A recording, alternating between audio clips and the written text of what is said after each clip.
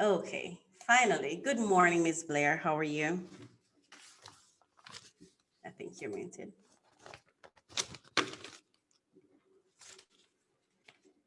Okay, I'm going to play a song.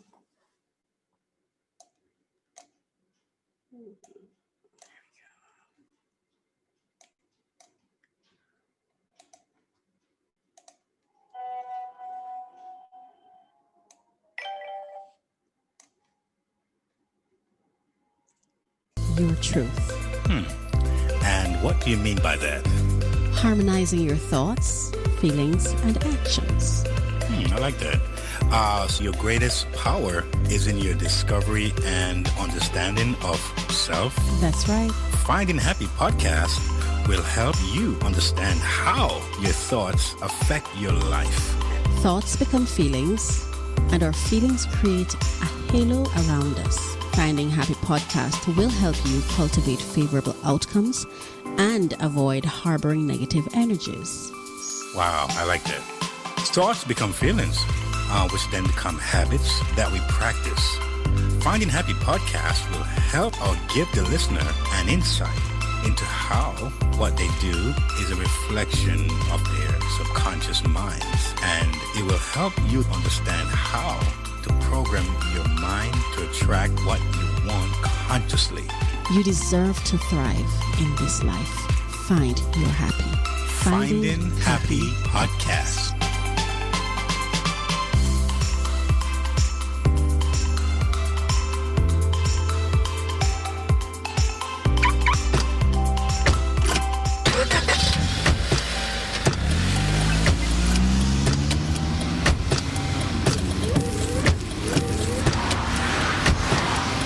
Driving has a rhythm all its own.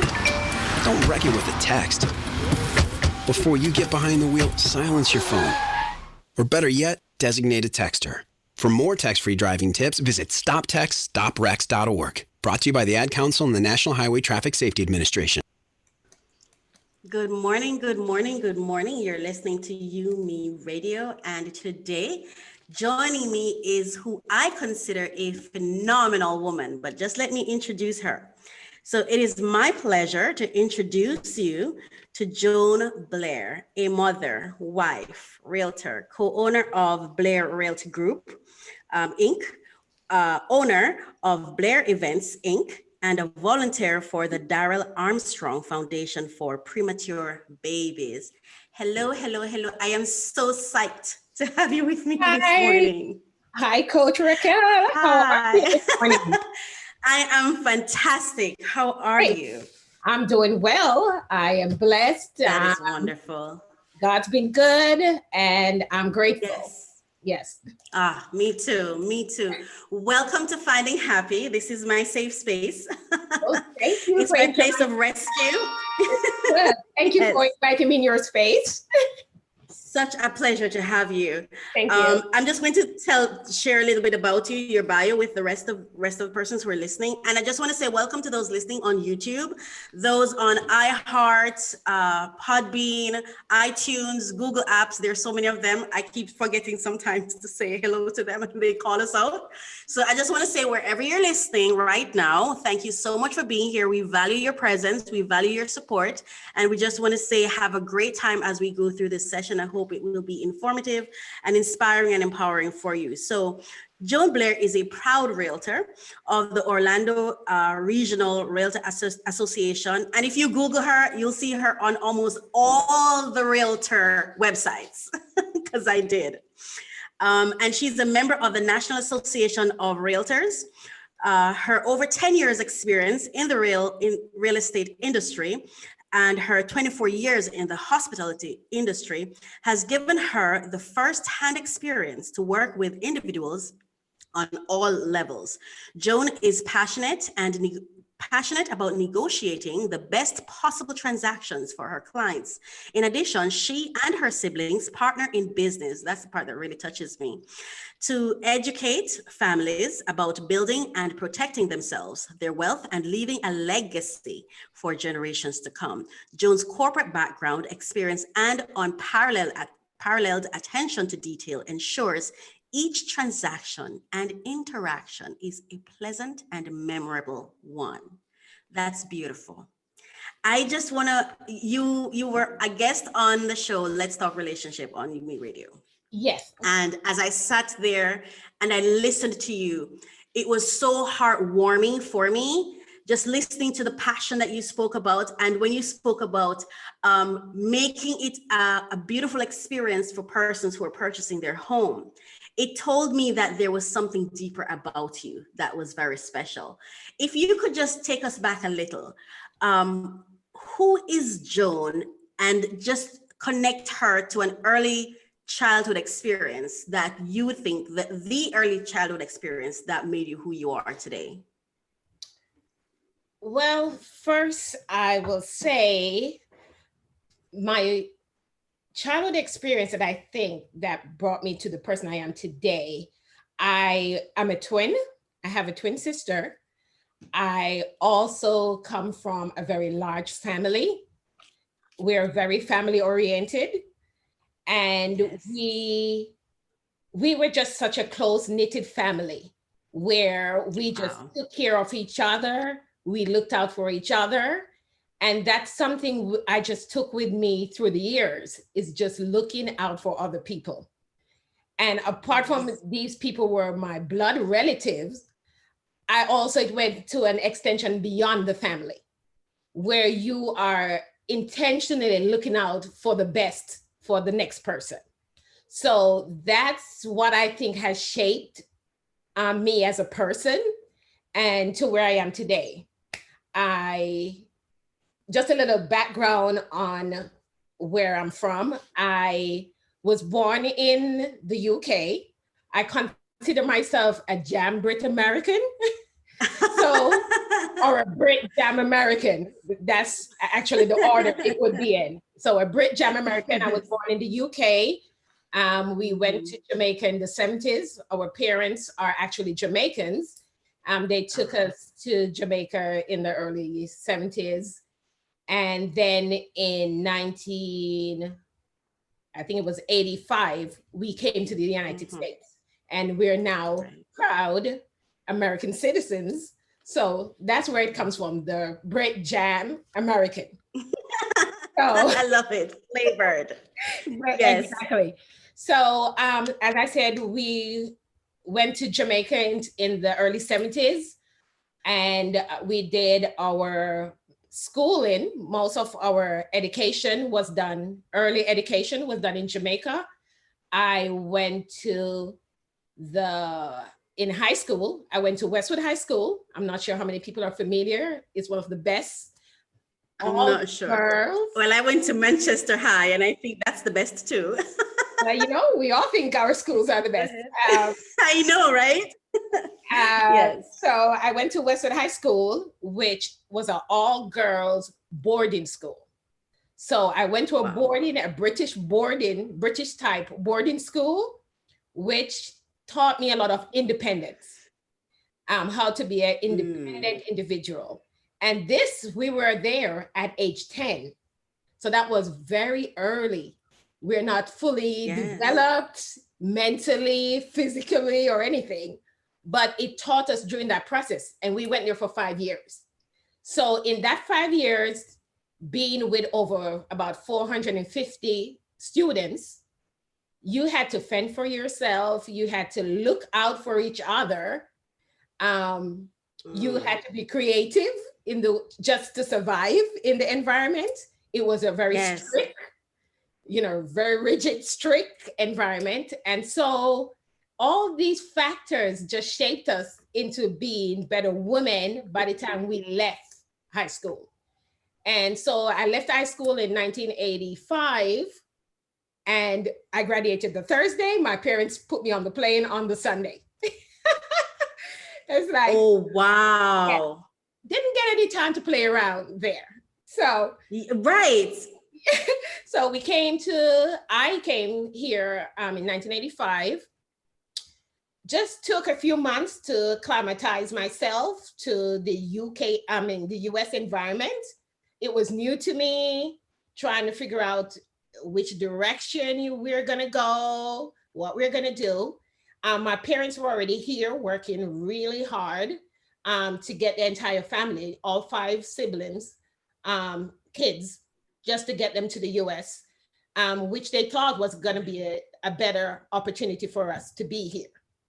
So we got here, and my parents were my mom was already working in the hospitality industry.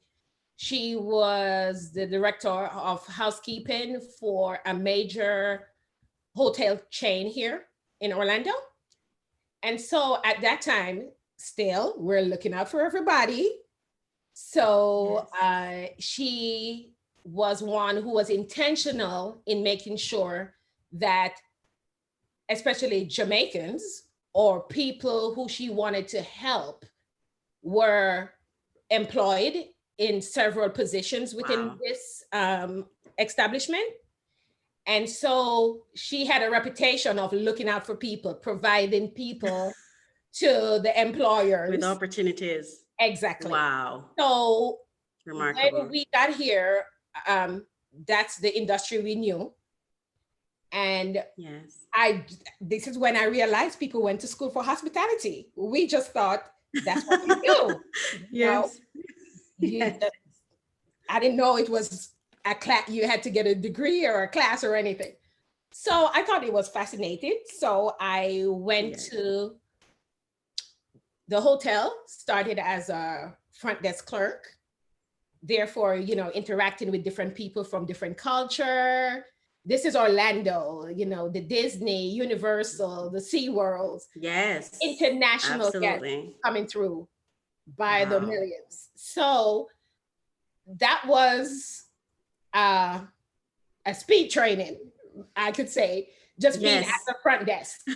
So I worked there for a while and progressed in the positions I was given along the way, got into sales at the hotel, then got into management.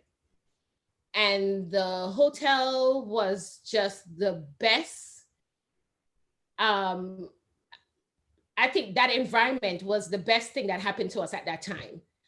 We also got the opportunity where the owner also helped us, invested in our education if we produced while you were in school. So we had no choice but to excel at what we're doing if we really needed the help. So, people have helped us along the way, and we believe in helping people as we, interact on a daily basis. So after being the director of sales at one of the largest properties that the company had, it was over 1,020 rooms.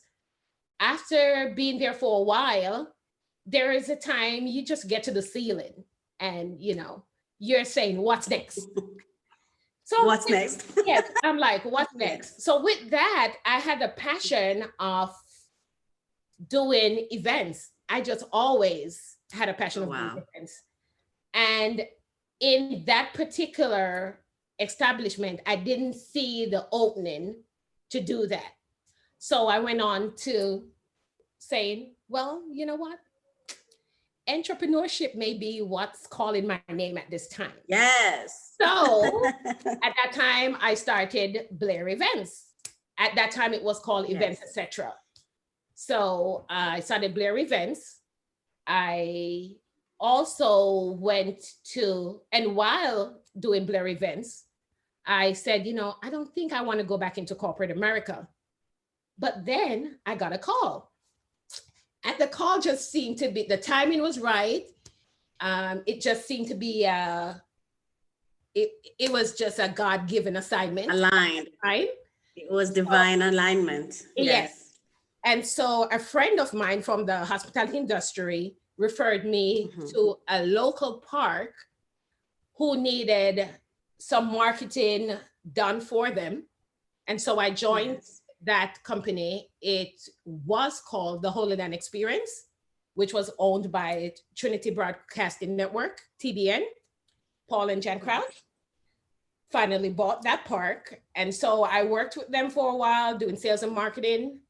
When TBN bought the park, I stayed on in the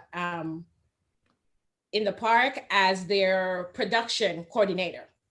for TBN and the local productions they did here for the national TBN station. So I did that for about 5-6 years. And during that time, it was about 2008 when they had the crash, economical crash. And yes, we were like, what are we going to do now? My sister at that time, she was a realtor, I think from since about 2000. right. So she was a realtor at that time, worked with large real estate companies. And she came to me one day and she goes, I'm gonna start my own brokerage. And she said, I know everybody's saying this is crazy. It's the craziest time. And I said, you know what? You are an entrepreneur. You like risk. Because at this time, yes, why would you choose this time? And she was like, you know what? I think this is the best time. And actually, she laid out what her thought process with. And I just got on board. She was busy working. Oh, that's lovely. Together. She showed me her vision. And I was like, I can align with that, you know. Let's do this. Wow. So we worked together tirelessly just to put the business together. And I think to this day, that's one of the best decisions she made. Wow. Yes. Because the best time breakdowns bring about breakthroughs. True. It's just that sometimes when breakdown is happening, persons become fearful because now you're saying what's missing, something's missing. What do we do? Would you say that? Yes. Would you say that your childhood experience prepared you for what you're doing now? Because as you took me through that journey, I mean, and when you spoke last and I went back on your thing and I saw where you were in hospitality, I thought to myself, I understand the baseline of your care for clients because I worked with sandals. Okay. That was my first work experience. And I'm very thankful for it because it really cultivated in me a very different kind of customer care. Right. Yes. So as I hear you go through the journey that you took, would you say that was necessary for where you are now? I think that was definitely necessary. I think our path in life is ordained by God. We may wonder, why did we go through some of the things we go through? But then when you look back, I could say I don't regret going to a boarding school. Yes. I don't regret working. Because that was early. That was early. Yeah. And you were 10 years old. 10 years. Just imagine 10 years old. No parents around. Yes. Oh my goodness. Old. You just have to maneuver through life right now. And we didn't get to go home at all until the end of 4 weeks. Wow. Just to even get a break to, you know. Yeah. Wow. So, but yes. That's what shaped you. And as you were talking about the hospitality industry, it did shape the way you treat people. It talks about customer service, customer satisfaction. And I shared with you guys the last time, our motto for the real estate company is our experience will be your best investment. That's for the real estate. I love that. And so I love it. The customer service part of us that we think about every day, making sure we meet the client's needs, wants, and demands, you know, make sure that the customer experience is something they will never regret. And I can tell you, it works for us because most of the time, most of our clients are referrals. And the referrals are because of the experience these people have. And you know, the best compliment you can give me is a referral. Is a referral. Absolutely. Absolutely. So it definitely shaped us to what we are doing today. Another thing I also didn't mention, and I wanted to mention when it comes to what shaped us or brought us to where we are today and our entrepreneurship way of doing things. I was brought up in a household where my mom, she was very creative, very, very creative. And I remember in the 70s, you know, times were hard. My dad, he traveled, he went back to England while we were still in Jamaica, just to make sure he provided for his family. And so in the household we were in, we found different things to do just to make money. So my mom and our caretaker at that time, our house was known for baking. So this is where the trading started. We would go to the shops in the community and make sure that they know we have this product and we would like this product to be sold in your shops. So every day we were sent out. We were sent, and we didn't even think about it at that time, what we were doing. I was like, oh, my mom's sending me to drop off cakes or gizzardas or, pink on top or tambourine balls. And so the caretaker and my mom, they were always, preparing things for us to bring to these stores. And we knew everybody in the community. Everybody knew who we were. Yes. And they respected us. So we would deliver things to these different people, different shops, replenish the stocks, take the orders. And we were like, oh, they're killing us with all this work. Not knowing we were in trading at that time. It was building you for industry. Yes. It was building us for the industry. And my brothers, they went to high school. They went to William Knibb High School in Falmouth. They would take the cakes in their bag to school and, sell it to the kids at school. Yes. Wow. That's, and we didn't think about that, but that is something that, make us know there are ways and means of empowering ourselves to bring, basically your economic power eventually. Yes. Absolutely. Absolutely. And sorry, go ahead. Yes, go ahead. Yes. And just that's beautiful. And I love where we have started and I love where we are right now, because that's what we're going to talk about.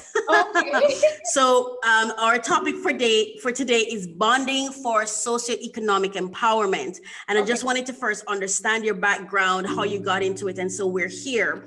For me, an entrepreneur is someone who brings into existence something that never existed before, because that's pretty much what a leader is. So an entrepreneur is a leader. As you described your experiences in childhood, a lot of times, even when we're being industrious, sometimes because of the background that demanded for us to become industrious, we don't really realize that this is cultivating in us skills and talents and gifts that will help us to fulfill purpose, because, for example, I'm not saying this is the case, but it could be that your parents just wanted to generate income to become economic or financially independent. But while doing so, they were building in their children an industrious mindset and attitude and behavior. And so it has built you in, and you would have learned early to how to work with people and how to achieve while working with people. So it kind of set the tone. I mean, 10 is really, really early, but as a child who didn't really have parental governance in my own life, at 8 is when I decided I'm going to use a cross. And how I used it was to identify what I have, and all I have was birds and trees. Mm-hmm. And then on the other side, I put what I'm going to do with that. And the birds were entertainment, So as I listen to yours, I'm hearing that I'm seeing where they're building in you, though we may not understand, they're building in you a sense of independence, a sense of self-care, a sense of industry, how to generate things, and also a sense of leadership. Based on your experience, how would you define an entrepreneur? Who is an entrepreneur in your opinion? I would say an entrepreneur is someone who makes, and I think the behavior has to be intentional. It has to be an intentional behavior, an intentional decision to pursue your passion. And with that, to create economic empowerment through that passion, whatever that passion is. And I think it's a way to fulfill your God-given purpose. I think we're purpose driven. And I think entrepreneurship is a way to do that. I think an entrepreneur is as I was talking about my sister earlier, is a risk taker. You have to be a risk taker. As an entrepreneur, I would also say you have to be self-driven. It's just something, you know, if you're a dream builder as an entrepreneur, I like that. you have to be a dream builder. You have to think Dream way builder. ahead of, you know, where you want to be, how things are going to go. Yes. I also see an entrepreneur as a problem solver. When, you know, it's my sister the other day, she did an article for a magazine, and it was called Pivots During the Pandemic, or Pivots in the Pandemic. I love that. Ooh, and yes. you know, you have to think about situations, when situations are happening, you don't panic. You don't panic. Exactly. Yes. In this pandemic, you don't panic. You look for opportunities that are available. And that's what COVID, I think during this COVID period, you're going to see a lot of entrepreneurs, because this is when they get creative. This is when people don't panic and they're like, what do we do next? It gives us some time to think about what do we do next. So I think things get birthed during this time. And right. So that's who I see an entrepreneur as, you know. To be awesome. I'm just going to share some of mine with you. And my number 3 was problem solver. But you said something that I really love: pivoting. Pivoting is something that usually is associated with netball. You know what? At least for me anyway. It's with games. Yes. Yes. But to be a successful business or successful entrepreneur, you've got to learn to pivot. Yes. You have to know how to pivot. That's just amazing. Light bulb moment for me. And also what your sister also demonstrated is spotting that opportunity. Right.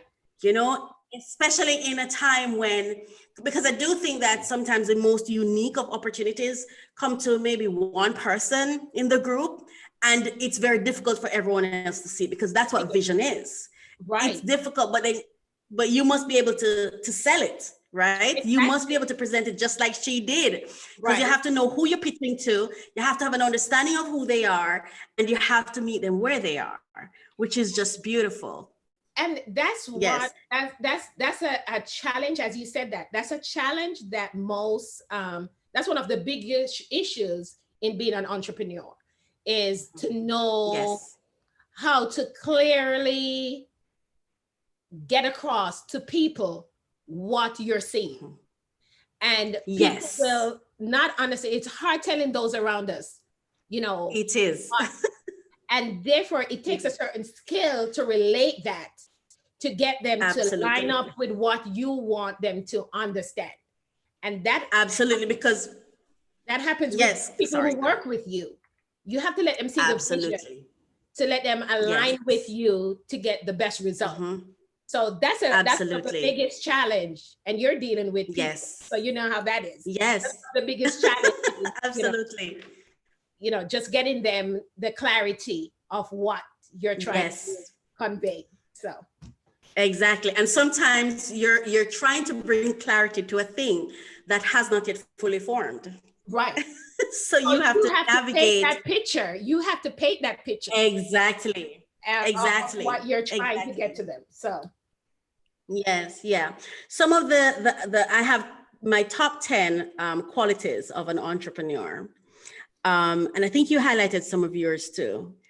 I have one. The first one is an inner motivator. Not just to be motivated, but have that inner self that is consistently motivating you. Yes. Right? You must be a creator, as in you can create something new. You can bring something into existence. Then I have problem solver. You also said this one: risk taker, innovator, and opportunist. And that doesn't mean being opportunistic, but being an opportunist, which is what your sister did. She spotted an opportunity. And take advantage of the moment. Exactly. And then number 7 is breakdown specialist, right? And I think that's what your sister was being. She saw this pandemic. Sorry, it wasn't was it the pandemic? She saw what was happening. She saw the breakdown, the 2008 breakdown, meltdown. She saw that breakdown, and she was going to embrace that breakdown and look for the opportunity therein. purpose driven, like you said. I also think one of the qualities of an entrepreneur is they're misfits. You really don't fit into the general, Right. because of your ideas. Yes. And finally, they're an originator. You're constantly generating new ideas Right. to move forward. What do you say would be your top 10 if you're able to share? Or any top 3, 5, 10, whichever. Of my top 10 of Qualities of an entrepreneur. Qualities of an entrepreneur. I think an entrepreneur, you have to be persistent as an entrepreneur. Yes. When we talked about, we're being intentional in achieving our goals. Yes. You have to be persistent. As the Bible Yes. said, you cannot be weary in well-doing, because in due season you're reap. So persistence to me is very, very important when it comes to being an entrepreneur. Yes. Also, you have to accept and prepare yourself for the process. Wow. You have to prepare yourself for the process. Preparation is very, very important. A lot of people don't know how to prepare themselves when they are going to be doing something. Some people think success comes overnight. Being an entrepreneur, it's just going to happen. The light bulb is just going to go off by tomorrow. In the bank, depositing all the cash. But it's a process. So we need to know that being an entrepreneur, it's a process. You have to prepare yourself for that process. Let me see. Yes. As an entrepreneur, you have to, I think you have to appreciate people, because people, I think, are the cornerstone of any business. I know we have like modern technology. We have the Zoom, we have different, we call them CRM systems that help us to do certain things. But I think people still remain that core. Absolutely. Of any business, Siri and all these other things can't do the things that having that connection with people. So I think appreciating people, as I told you, that hospitality industry had helped me to understand the mindset of different people, accept people where they are, how to appreciate people, know who you can connect with in business. So I think that people relation is very important in entrepreneurship. Wonderful. You're so correct, because even in the case of technology, someone created the technology. Yes. And based on how you interact with that technology, for example, Google, they will withdraw it from you. That's why they have policies and terms and all of that. Exactly. So you're so on point with that. Yes. But absolutely. my main thing about entrepreneurship, as an entrepreneur, this is my number one, I would say. You have to know your purpose. You have to know why you're doing what you're doing. Purpose. The purpose, what is your why? You as a coach, that. What is your why? Why do you do this? Yes. Are you driven to build? I know I'm driven to build generational wealth. And this is not. Yes, me too. What we're doing right now is not for us. It's for the generation to come. Us. Yes. And I read the good book, the Bible, and it says always, we try to leave something for our children's children. Yes. So it's not even for my son, it's for his children. His children and their children. And their children. So, you have to know why you're doing what you're doing. As a realtor, I am a realtor because I want to empower home ownership. So that's my wife. My wife for my event company is to make sure people they have an experience in their event above exceeding what they thought it would be. My motto for that one, for my event company, is whatever you expect, we do more. We want to make sure it's above and beyond what they thought it could be. I love going beyond the dreams. So you have to know your why. And I think that's the main. Absolutely. That's my number one, is knowing your why. Absolutely. Absolutely. Can you tell us a little about your process of when you started in the world of entrepreneurship? Well, let me share my belief with you first, what I understand, especially having become a coach. I do believe that from the jump, with everything that we do, we're born an entrepreneur by default. It's a default thing because we were created in God's image and He's a creator. Right. And so I see even employment different. If I come to work with you, you're just a full-time, long-term partner of mine. I remember walking into interviews and people looking at me real strange. This young lady who clearly didn't have much and need this job coming in here telling us she's not here to interview, she's here for a meeting. Exactly. We don't say it's not an interview. We don't do interviews. Exactly. I would say it's a meeting. I mean, I really wanted the job, and I think in my young mind, I didn't really think it would go the other way sometimes. Right. Because I thought, of course, it's natural. We're here to meet with each other. I have some set of skills and you have some access to resources. Yes, we're going to connect. Here. Exactly. So I believe that from the onset, it's just that some contracts are longer term contracts than others, right? But when you got into the awareness and the consciousness that I'm doing entrepreneurship, this is what I'm doing. What was that process like for you, especially during the building period where you might have been earning, but you were reinvesting into build the business, that building process? Describe that for us. Is that for the real estate business or just you as an entrepreneur? The moment you decided I'm becoming an entrepreneur, because I think you started with the events company first, right? Yes. So right, just launching yourself as an entrepreneur in the mindset of an entrepreneur. Well, when I decided I wanted to be an entrepreneur, first I said to myself, as I said earlier, it's intentional. I said to myself, I'm not going back into corporate America. And I said it, and now that I actually said it, I had to work towards what I was going to do to make sure that didn't happen. I also knew that I had to create my own path at this point, because I know there was nowhere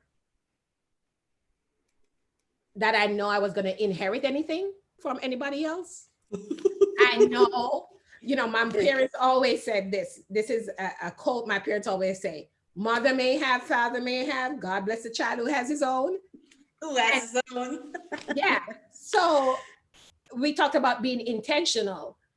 After I said it and I released it to the atmosphere, I said, now I have to make sure this doesn't happen. So I just laid out what my vision was. What did I want my future to look like, and how I think it would benefit even after I'm gone. So I had to make, as the good book says, write the vision, make it clear. Yeah, make it clear. Make it very clear. This is what I want. Yeah. Yes. This is where I want to be, or start to be at a certain level. Then I said to myself, how do you get there? What is the process going to look like? And this is something we learn in marketing, or is where you are. Yes. Okay. I'm at the beginning. Where you want to go. Trying to be an independent person, an entrepreneur. This is where I am. Where do you want to be? I want to strive for success, which to me, success is, it's a process for me, because yes, me too. every day you work on whatever today I may think I'm successful. No, to me, Yes. success is the maximum effort. When will we ever get to the maximum effort? I think it's a Yes, continuous yes. process.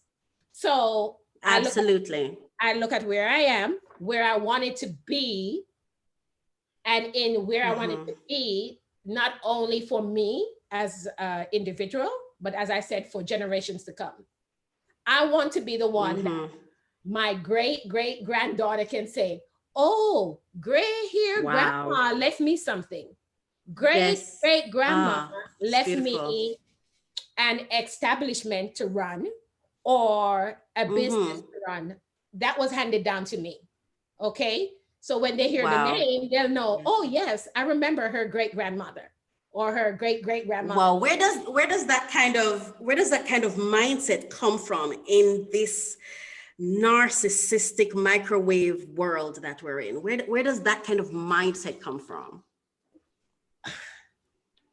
Well, for me, I'm not the microwave type of person. I know everything. Okay. It's a process. It's not here and now. And so it's not that overnight thing. I know right now we are forced to create our own wealth because we did not inherit anything from our parents. Exactly. Today we're fighting battles they never won. We're fighting, so it has to start somewhere. And we have resources now that can help us. We have the knowledge, we have the resources, the availability of things now to create something for the future. We don't, our parents never had the things we have now. They didn't have the knowledge we have now. So I want it to be a continuous process through my generation, that in 5 generations down, they will be way advanced than I will ever be. But I have to me, everything is so intentional. You have to be strategic. Yes. It's intentional. You have to be strategic in in your legacy planning. What do you want to leave? What do you want people to know that, listen, I know it didn't happen for my mom and dad, but it has to start somewhere. I'm gonna be the person who starts this. I'm gonna be the person who does it. So that's the mindset. It's all in the mindset. That's the mind. An intentional mindset you have to create for doing what you do as an entrepreneur. So right. So I sat here while you were talking and I wrote something that I think it sounds to me like you're saying is a formula, right? The intentional formula, because you say that word intentional, like be intentional. Yes. It has to be. So yes. It has to yes. be. I remember you have to be. I wrote my book. It has not been published, Finding Happy, hence my being here, because I chickened out. And I have 7 rules of intention. And as I was sitting here, I was writing yours down separate. Because I don't remember what's on mine. But as I heard you say it over and over, I'm like, oh, wow, we're connecting there, because I know I have it too. And I hear you say decide. You've got to decide. Number 1, decide. Right. Number 2, commit. Make a commitment to your decision. After you've made a decision, commit to it. Yes. And then I'm hearing you say create a pathway. Yes. Create an idea, or create some kind of idea of that pathway you want to take. Then you have to draft the vision. Lay out the vision. Lay it out. What's the vision? Yes. Then have a strategic plan. And you also have as a target a legacy plan. And then having an end in mind. Yes. That's and when you mentioned your legacy plan, there was focus on the beneficiaries of that plan. Yes. that would have guided that. I think this by itself is such a big deal. And if you're listening, this is Umeradio. We're on Finding Happy, and we're talking to Joan Blair. And this is an intentional formula. Like if you don't know what it means to be intentional, and if you don't know how to approach it intentionally, these are some guidelines that you can actually use, because it's like a complete plan. And if you follow this plan, I promise, this guideline, I promise you, you can't go astray. This is someone who's done it before. And the amount of times I hear you say intentional. Yeah. Intentional is that. Yes, and we have to be with intention. And I think some people fail because they're not intentional. They're just winging it. That's true. They're not exactly. So that's why I think intentional is a very important formula for the success of being an entrepreneur. Absolutely. I think you'll fail if you're not intentional, because you have to be. You have to be. So yes, that's always my I'm on purpose. Yes. I'm on purpose in whatever I do. Me too. I love it. I can feel it. I know when I'm speaking, success coaching is my gift. Okay. I didn't know for a long time. I thought it was just, I'm a great communication strategist. I do PR really well. I'm great with digital marketing and building websites and everything, until I discovered my purpose. And then everyone was like, oh, we already knew. I was going to say, if I met you before, I would have told you that. You wouldn't have to waste your time. I would have told you. You're great at it. Yes. Yes. Thank you. Yes, it comes so naturally for me. I don't know how I didn't know, but when you're not in awareness of self, and I had huge losses just because I wasn't aware of who I was. Right. I didn't understand that purpose. Like, this is it, and now that it's so, it just flows naturally. So even in speaking with you, I will know if you're in purpose or not, because I feel it in my spirit. And like, I'm talking to you, and I'm just like, there's such harmony happening in my body. Like, I'm literally feeling the experience of it, because that's what gives me joy. When I see other people win and other people connect with their purpose, it brings me peace and joy. Great. Right. So what would you say, if you were to share with our listeners your top 10 principles? There I go with the top 10s again. I like when they leave with something. So you don't have to give 10 if you don't want to, but anywhere within that realm, principles of successful entrepreneurship. Principle. Well, for me, first of all, I put God first in everything I do. Yes. Okay? So absolutely. That's just me. It tells me. Yes. And the reason why I do that, there's a reason for everything I do, Intention. Yes. I put him first because in the good book, it says, in all your ways, acknowledge him. And he shall direct your part. Mm-hmm. It goes back to the direction, why you're doing what you're doing. So that's one of my first principle is I put him first. Yes. The second thing is, and we talked about it before, is my why. Why do I do what I do? So, write the vision, you make it clear, home ownership. I want people to be empowered to be homeowners. Yes. People who think home ownership is not attainable. And sometimes could we linger on that one a little bit, please? Okay, we'll go there. Because I feel myself getting emotional. I remember getting my first home. Yes. I mean, it was, I'm gonna share this with you. Okay. I remember when I decided, I was living in Kingston, I was working with the government, and someone broke into my home. Wow. I was also building a new business, and so I had persons working in my home, my one bedroom that I had. And I remember she must have left or something, because someone broke in and all they took was the VCR. And when that happened, I said, okay, God, I guess you're telling me something, because it could have been worse. It wasn't. Yeah. So I remember the man was fixing the door and I said, I'm moving into my own home in 3 months. That's what I told myself.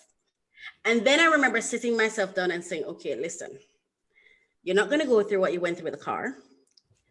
Everything you've done so far is just a struggle. We're not going to struggle this one, okay? Right. It's going to be the easiest, freest flowing thing you ever done. So I created a gratitude wall. Okay. Because I had no money. I had no money when I said I wanted my own home. And I was like, this is what's going to happen. I'm over this. And that's what's going to happen. And I remember I had my gratitude wall and it was on my wall. And I would thank him for the piping, the bathtub, the everything. I thanked him for it. Mm-hmm. And I remember I pursued it. And every day I would thank him for it. And I had the thing, the Jabez prayer on my wall. Mm-hmm. And I remember as I went through the process, the person I hired to represent me for real estate, okay, I don't know what was happening with her. Wow. But the funny thing is, it was the person I was buying the house from, he was a real estate agent and he was retiring. And when he saw me, I remember he said to me, he said, there's something about you. You empower people, like I can just tell. And so I want you to have this home. Wow. And I remember it was just the worst experience with my representatives. The man who was selling me the home was the person who had my interest at heart. He was the one who would say, reach out to them now. Sometimes he would send me drafts and say, see what my lawyer just sent you. Your lawyer responded. Right here did not work in your favor. You need to go back to them. Like he was the one. I remember when it closed. Yes, he was like, "Where is your lawyer? Like, do you know you're about to lose this house? Do you know you're about to lose your money and everything that's supposed to happen?" And I'm still going and going because I said, I'm going in 3 months. And I remember, to make it worse, when I got the keys for the house eventually after all the issues, August 22, my dad died. My dad died at the time. He died at the time I was collecting the key. Wow. It was the weirdest. I don't even like the place. I don't even like the place. I'm not there. It was just such an experience. And I loved that you talked about it because real estate is perhaps one of the greatest or most potent investment for legacy, for family. Right. And I can speak about my community and even in my own family, because I'm from a broken family and I grew up in the hills, if I were to tell you my story, you'd be like, wow, how did you get here? Because I didn't really have anyone to take care of me and things like that. And one of the things I'm like, man, everyone is just moving. They're always moving. Like you're constantly packing up and moving. And it is such an important thing, I think, but I don't know that people understand just how important it is. What is it that made you realize that dealing with people for real estate was so important and should leave a good, lasting impression? What was it that triggered that for you, that kind of cultivated that for you? Well, as I shared in the other show, I had a slightly different experience on my first home. And I actually, the experience I had wasn't the greatest, but it wasn't as bad as yours. And it wasn't the worst. Yes. But I keep recalling the feeling I had when I became a homeowner, the feeling of achievement, the feeling of independence, the feeling of owning your own space, the feeling that you accomplished something that you could pass down. And at that time, when I got my first home, I was single. So that was a very big achievement for me then. I was single. So just the feeling I got when I got my home, the things that I didn't know then that I know now, which would have made the experience much better, the transaction more productive, more beneficial for me. Those are the things I'm just learning when I became a realtor. So my motivation now is to make sure these people are informed. People who I deal with, I want to make sure they're informed of the process, informed of what's available to you, informed of the loans, what the mortgage companies can do for you to get the best deal, for you to have the best transaction, for you to benefit, for you to find equity, to make sure you're in the right place at the right time, buying the right product.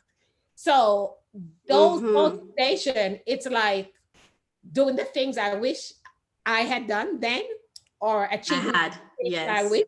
And I wish that for everybody. I wish that for somebody else. Yes.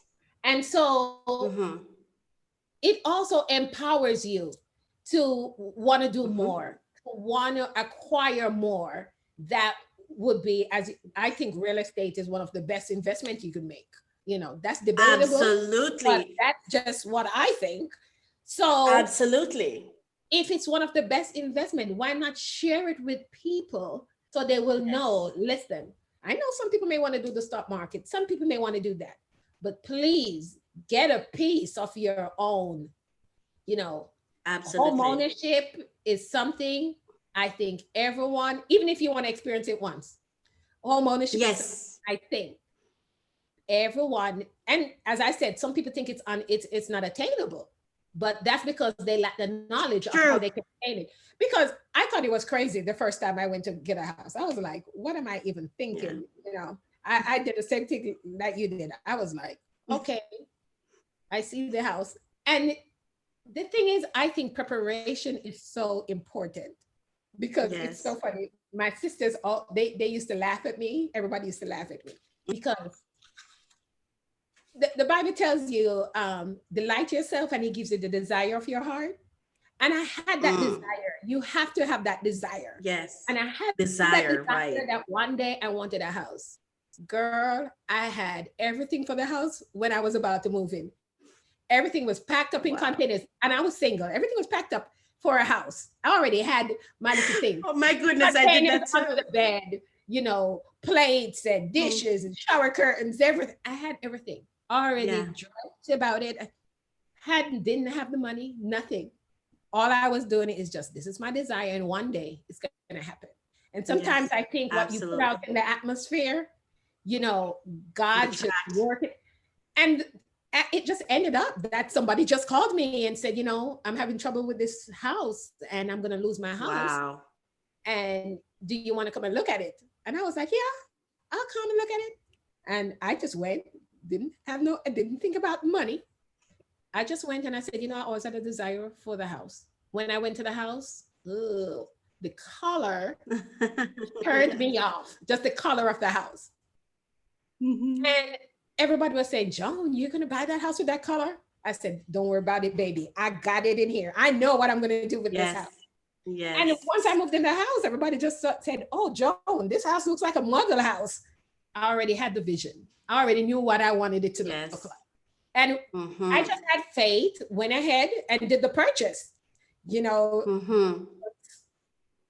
a little struggle in doing the transaction, but I got it done. Yes. And I accomplished what I thought about all these years, all the desires I had in my heart, and it happened. So sometimes, you know, we just have to get informed, know what is available to you out there.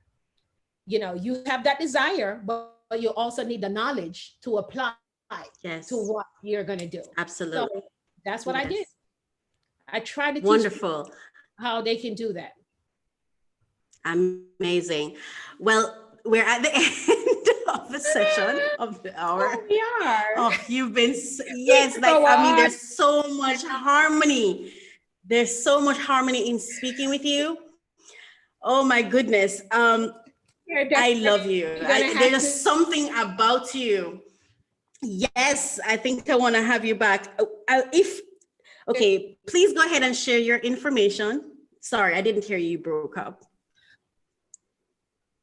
No, I was gonna say I would definitely love to be back.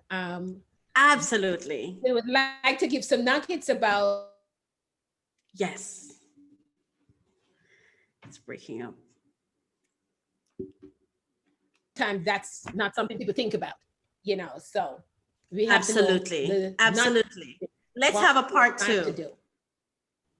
Okay, absolutely. So listeners, yes, we're going to have a part 2, work out the details.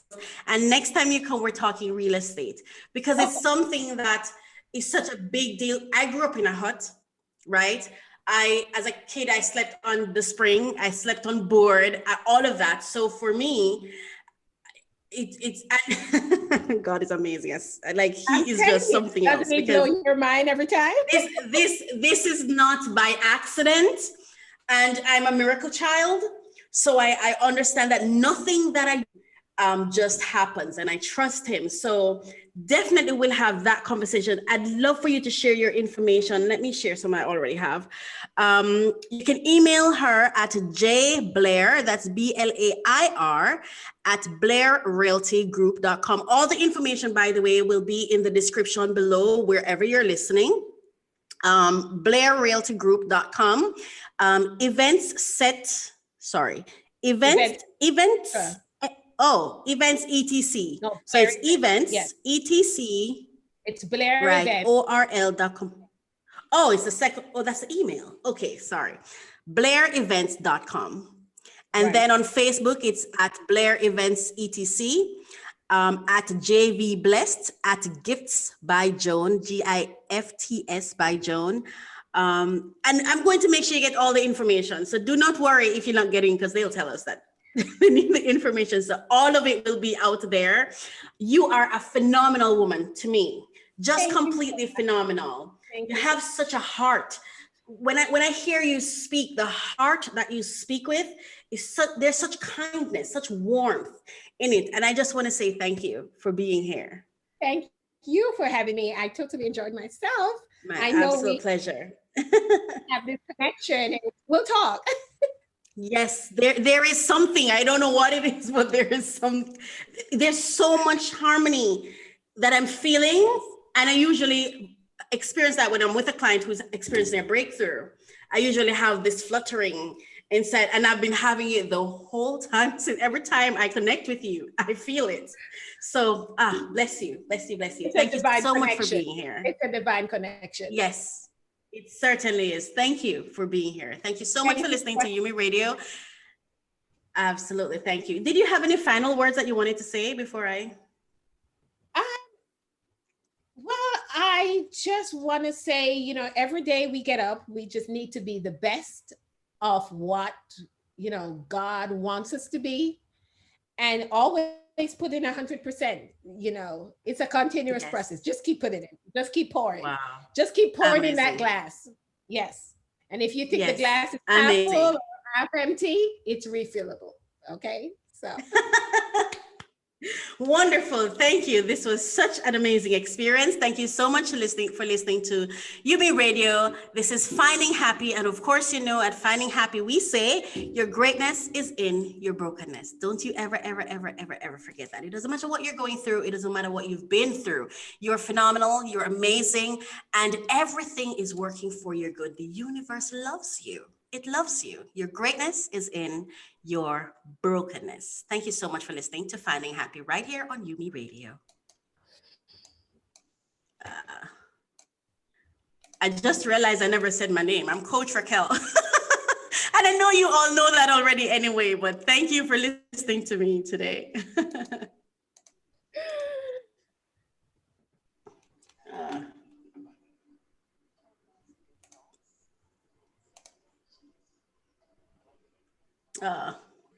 Where did the time go? Understanding of self. That's right. Finding Happy podcast will help you understand how your thoughts affect your life. Thoughts become feelings, and our feelings create a halo around us. Finding Happy podcast will help you cultivate favorable outcomes and avoid harboring negative energies. Wow, I like that. Thoughts become feelings, which then become habits that we practice. Finding Happy Podcast will help or give the listener an insight into how what they do is a reflection of their subconscious minds. And it will help you understand how to program your mind to attract what you want consciously. You deserve to thrive in this life. Find your happy. Finding Happy Podcast.